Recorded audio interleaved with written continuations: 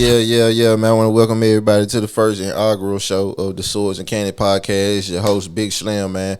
We finally tapped in. I finally got all my podcast equipment together so I can bring you guys, good content about the Buccaneers, man, a different perspective on the Buccaneers. And this is what I want to present to you guys, man, to all my listeners and everyone that's going to be listening.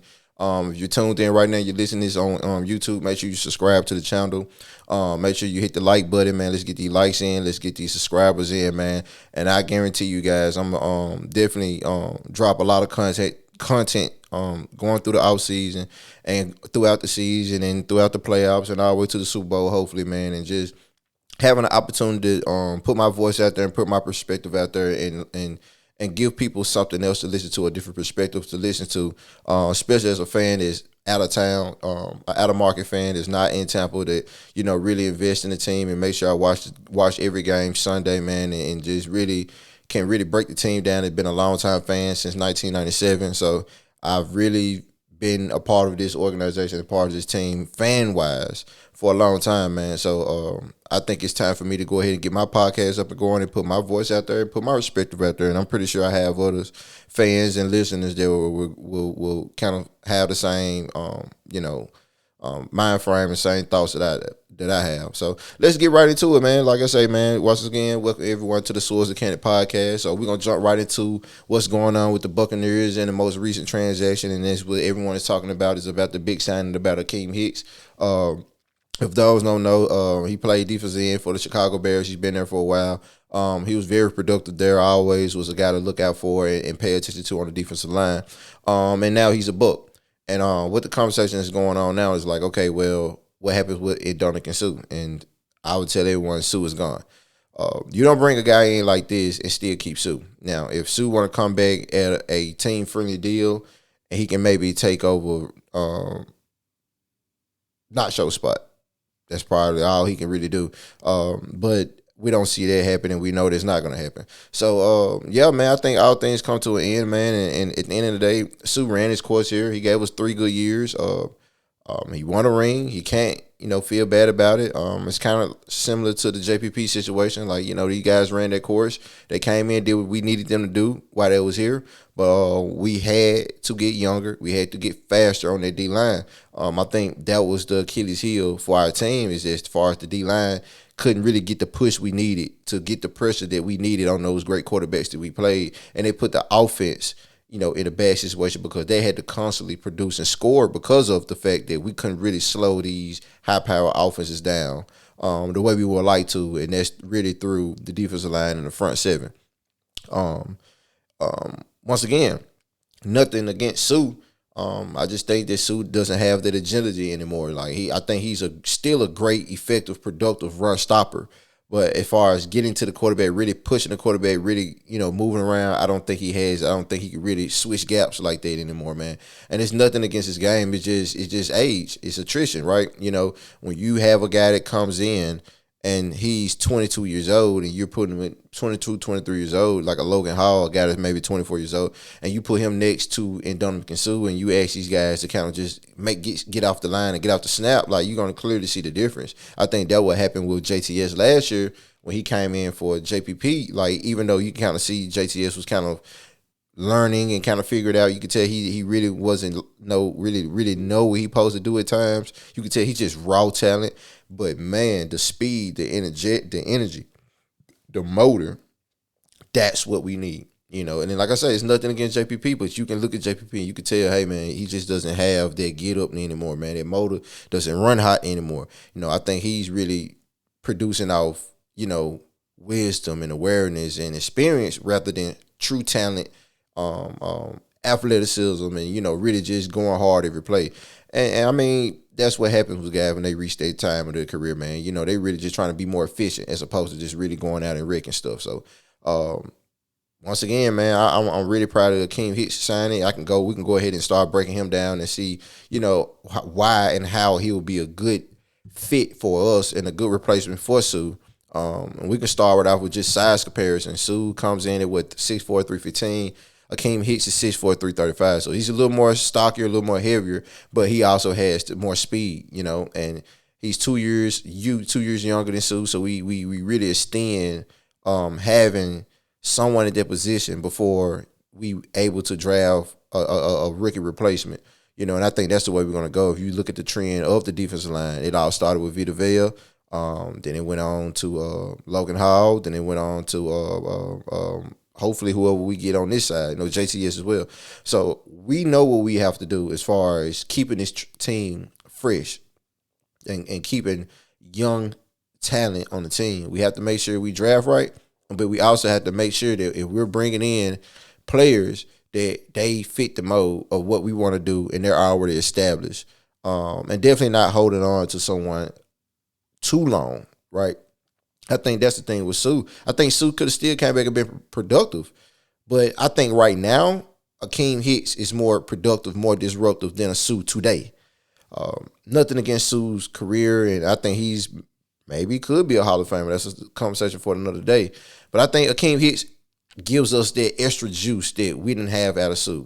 It's just like JTS, man. He's going to give us that juice that JPP just could no longer muster up on an every play basis, right? I'm not saying that JPP still couldn't be productive, still couldn't get to the quarterback. I think he's a hell of a player, but we need that juice, man. We need people that's going to, we know they're going to be running. They're going to be giving it all on each down. And I think Akiem Hicks adds more juice to their position. I think he's going to be playing right end. I think right end, left end. I want to say left end. I think he's playing left end, if I'm not mistaken. But yeah, man, I think he brings that juice. I think he's a good scheme fit. I think he's a perfect scheme fit. You line him up. I think he's gonna start. You don't bring a game like that and have him rotating. He's gonna start. He's gonna basically replace Suh on that left end. So he's gonna start. So it's gonna be Suh, Vita Vea, and Ghostin is our primary three guys on the down in the trenches. As far as defensive lineman, you're gonna have JTS. He starts. He's gonna start. And you have Shaq Barrett on the other edge, and you have Devin White and Levante David. That's going to be our front seven. Now, the interesting thing is will Shaq Barrett go to the right side and JCS go to the left side, which Shaq Barrett is the primary pass rusher, so usually they're on the right side, right? I think a lot of that did have to do with JPP for preference. I think now it's wide open, and I think, hey, Shaq Barrett, which side are you more productive on?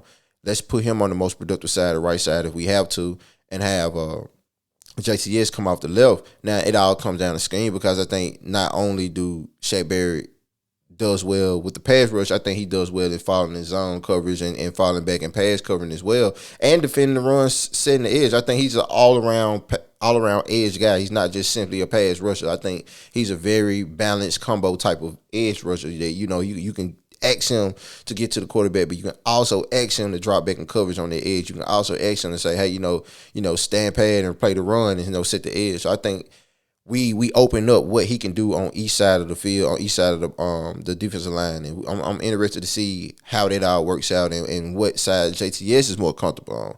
It might be a blessing in disguise to switch sides and have, Shaq Barrett come on the right and have JTS playing at left. And let's see how that works. Or they just switch it out depending on what team they're playing, what scheme they're running, or what formation they're going in. It also probably depend on the quarterback. The quarterback left hand, okay, let's put Shaq Barrett back on the left side, right? So it just I'm interested to see how all that works out. But yeah, like I said, Akiem Hicks, man, to get back on him, I think he's a good player. He's been banged up.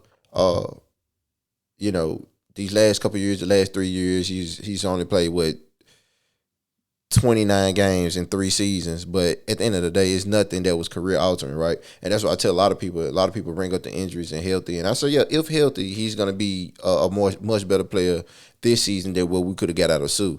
I think when healthy, he's definitely a disruptive player. He's proven it.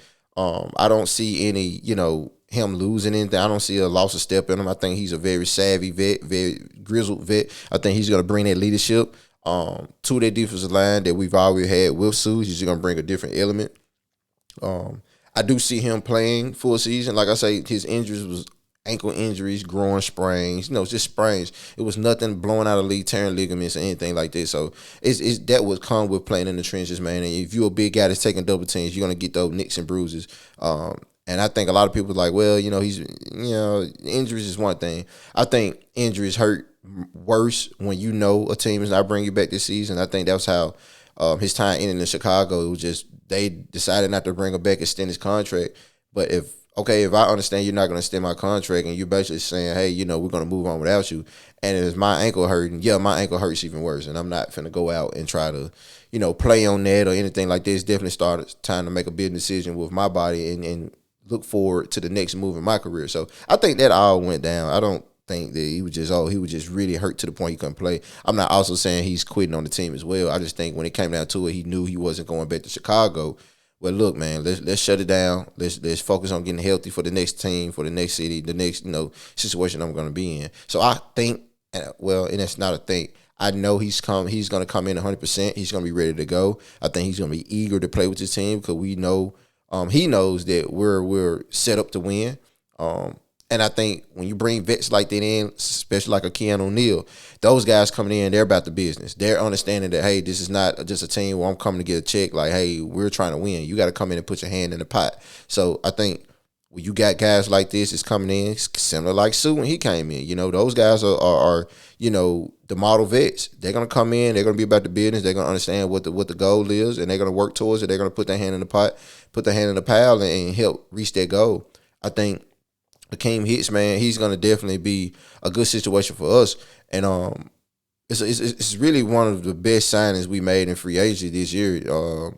No offense to Akiem O'Neal. I think with the Akiem O'Neal situation, it was just really a Whitehead replacement.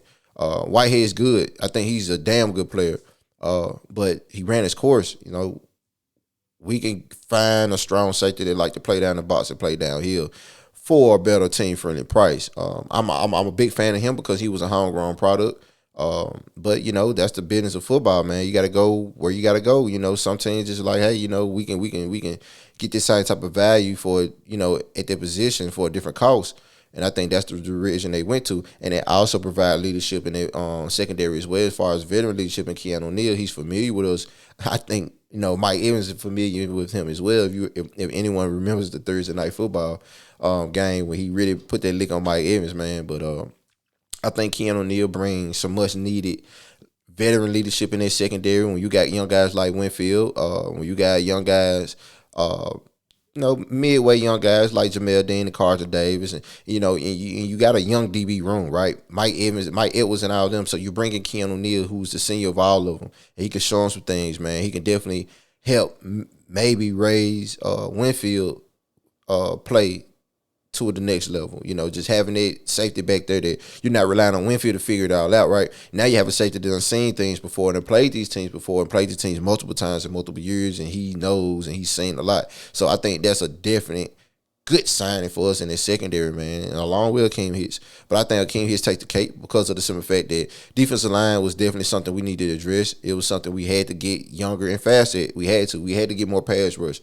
We can stop the run all day long. But I think also what teams start realizing is start running up the middle, let's run lateral. And when you do that, JPP is neutralized. Suh is neutralized. Those guys are not running sideline to sideline like that. JTS will. Logan Hall can. So you get that youth, you get that speed. So when these teams want to start running away from the middle, away from, the gaps and try to stretch the defense, if Devin White is not chasing them down, now you have an outside linebacker that can chase them down. Two of them now. Now you have a defensive end and Akiem Hicks that has a little more wiggle in his heels, a little more agility to kind of move and see things happen and definitely be some type of a run support from their defensive lineman, just to be able to maybe catch him before he breaks into the second tier of the defense, right? The second level. So I think Akiem Hicks is a very good signing, man. When you look at his best years, man, one of his best years, his Pro Bowl year, he had 7.5 sacks. He played all 16 games. We need that. The year before then, he had 8.5 sacks, played all 16 games. The year before then, he had 7 sacks, played all 16 games, right? So I think he can definitely mirror that with us, man. He only played 9 games last year, only had 3.5 sacks. That's damn good. When you look at it, if you gave him 15 games, 16 games, I think he would have definitely hit 6 to 7 sacks. So I think he definitely comes in and he be that type of presence, that type of productive player for us. So I'm very happy for that, man. And like I say, man, Suh, he came in, he did what we had to do, but we had to move on. So it's no knock against him. Wherever free agency leads him, I know he's going to kind of build a productive player for them. And like you say, when you think about Suh, the last 2 years he had 6 sacks apiece. He's played every game. I think Suh is just a good, steady player, man. But we had to get faster, man. So we rolled the dice with it. I think people say, hey, you stick with what you have. But I think that was one of the things that kind of made us play uphill was essentially bringing everybody back, and teams were like, okay, well, we know how to we can help us. It helped them scheme against us more because we brought the same exact guys back as far as the starters. I think it was a good thing for us because it was continuity wise, but it definitely opened the door for more teams to really figure out how to beat us. And I think toward the end of the season, going into the playoffs, teams really had it figured out. So no, not. I mean, at the end of the day, man, I think the Saints. I mean, not the Saints, but the Rams got off lucky. They got off damn lucky.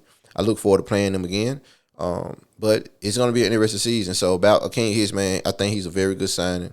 I think Keanu Neal's a very good signing. So at the end of the day, man, it's looking up. I'm excited to see what the rookies are going to do, especially with Logan Hall, my first pick in the draft, second round pick. And a lot of people say, well, Logan Hall was drafted to take over Suh. No, he wasn't. Logan Hall is drafted to replace Ghost. Similar body type. They're going to play on their right end. They're going to play on their left. They're going to play on the right end. I'm sorry. But they're going to play on the right end. I think he rotates with Ghostin more than trying to, be the replacement for Suh. I think what type of player we're looking for in Suh or, Akiem Hicks now is kind of fitting that body style. 6'4", 300, kind of a bigger guy, can kind of play inside as well. But, we're going to look for someone like that.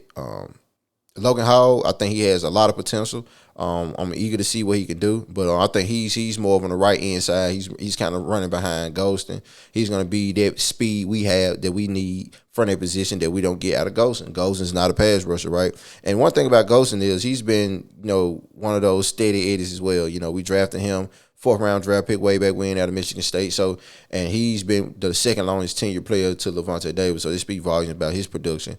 And he's just a good combo DN.